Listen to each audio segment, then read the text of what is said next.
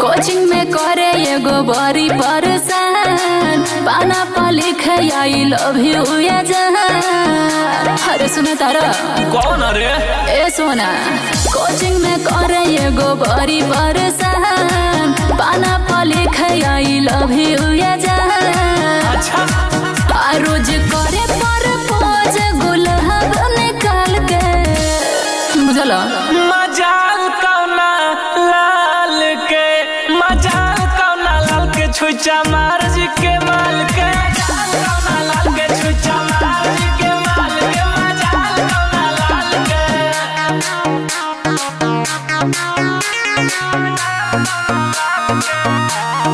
Music by Vikas Roshan।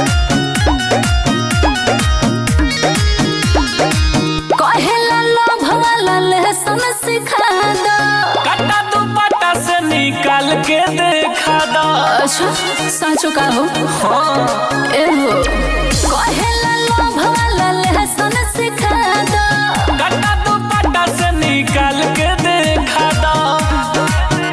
ए कहेला के दिल दे दो रखब संभाल के का चाहता मजाल कौना लाल के मजाल कौना लाल के छुचा मार जी के माल के कौना लाल के छुचा मार जी के माल के मजाल कौना लाल के।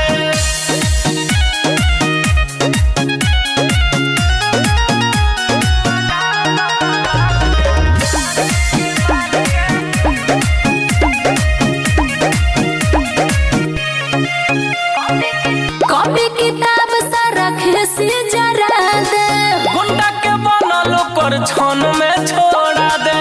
अरे सही कहता रहो बहुत परेशान करता अब ना करी राव विकास को छुपैया लगावा अब आवे ओकर समैया बतावा कौना बच के पढ़े आइल गइल हमर भइल बकाल के ऐसन मत बोला मजाल कौना लाल के मजाल कौना लाल के छुचा मार